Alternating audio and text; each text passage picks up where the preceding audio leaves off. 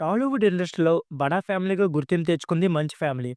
ఇకపోతే క్రమశిక్షణకు మారుపేరుగా నిలిచిన ఈ కుటుంబం నుంచి గొడవలు, అందులోనూ రోడ్డుకెక్కడంతో ప్రతి ఒక్కరు ఆశ్చర్యపోయారు. అటు అభిమానులే కాదు, ఇటు సినీ సెలబ్రిటీలు, అలాగే 2 తెలుగు రాష్ట్రాల ప్రజలు, అలాగే ముఖ్యమంత్రులు, ఉప ముఖ్యమంత్రులు సైతం ఈ విషయం తెలిసి ఆశ్చర్యం వ్యక్తం చేశారు.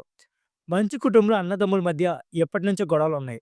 ఆ గొడవలు కాస్త ఇప్పుడు రోడ్డుకెక్కడంతో ప్రతి ఒక్కరు పలు రకాల కామెంట్లయితే చేస్తున్నారు. అంతేకాదు ఈ ఇండస్ట్రీలో మంచి పేరు తెచ్చుకున్న మంచి ఫ్యామిలీ పరువు కాస్త పోయిందనే కామెంట్లయితే వ్యక్తమవుతున్నాయి. సో ఇదిలా ఉండగా జూబ్లీహిల్స్‌లో మోహన్ బాబు నివాసం వద్ద మోహన్ బాబు మీడియా మిత్రుడిపై దాడి చేసిన విషయం తెలిసిందే. ఆ దాడిలో ముక్కు నుంచి చెవుకు అనుసంధానమైన ఎముకైతే 3 చోట్ల ఫ్రాక్చర్ అయింది. ఈ నేపథ్యంలోనే బాధితులు మోహన్ బాబు నుంచి తమకు ప్రాణహాని ఉందని పోలీస్ కంప్లెయింట్ ఇచ్చారు. అటు జర్నలిస్ట్ సంఘాలు కూడా మోహన్ బాబుపై మండిపడ్డాయి.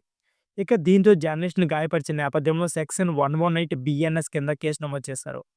తాజాగా ఆయన అరెస్ట్ చేయాలని వెళ్లిన పోలీసులకు మోహన్ బాబు అయితే కనిపించలేదు. ప్రస్తుతం పరారులో ఉన్నట్లు వార్తలైతే వినిపిస్తున్నాయి. మోహన్ బాబు కోసం పోలీసులు 5 బృందాలుగా మారి గాలిస్తున్నట్లు సమాచారం. ఇప్పటి వరకు మోహన్ బాబు జాడైతే తెలియలేదు. దీంతో ఈ విషయం కథ సోషల్ మీడియాలో వైరల్‌గా మారింది. ఇకపోతే 2 రోజుల క్రితం జూబ్లీహిల్స్‌లో మోహన్ బాబు ఇంటి వద్ద ఉద్రిక్త వాతావరణం చోటు చేసుకుంది. ముఖ్యంగా మంచు మనోజ్ అయితే తన తండ్రి మోహన్ బాబు, తన అన్నయ్య మంచు విష్ణు తనకు అన్యాయం చేశారంటూ పెద్ద ఎత్తున విమర్శలు గుప్పించారు.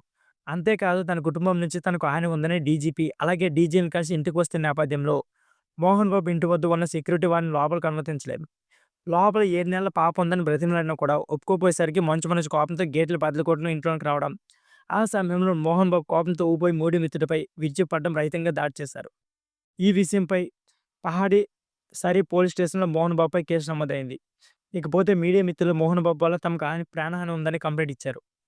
ఇకపోతే ఇంటి వద్ద గొడవ ఒకవైపు, మరోవైపు మీడియా మిత్రులు ఇచ్చిన కంప్లెయింట్ ఆధారంగా విచారణకు హాజరు కావాల్సిన మోహన్ బాబుకు రాచకొండ పోలీసులైతే నోటీస్ పంపించారు. అయితే మొనంతో గొడవ కారణంగా ఐబీపీతో హాస్పిటల్ పాలైన మోహన్ బాబు అనారోగ్య పరిస్థితి కారణంగా హాజరు కాలేకపోయారు అంటూ వినతి పత్రం అయితే సమర్పించుకున్నారు. ఇక ఆయన విచారణ ఈ నెల 24కి వాయిదా వేసిన విషయం మనందరికీ తెలిసిందే. సో ఫ్రెండ్స్, ఇదే వీడియో. ఈ వీడియో నచ్చితే please like, share and subscribe my channel. Thank you for watching. అంతేకాకుండా మరికొన్ని అప్డేట్స్ కోసం మన ఛానల్ సబ్స్క్రైబ్ చేసి రెడీగా ఉండండి.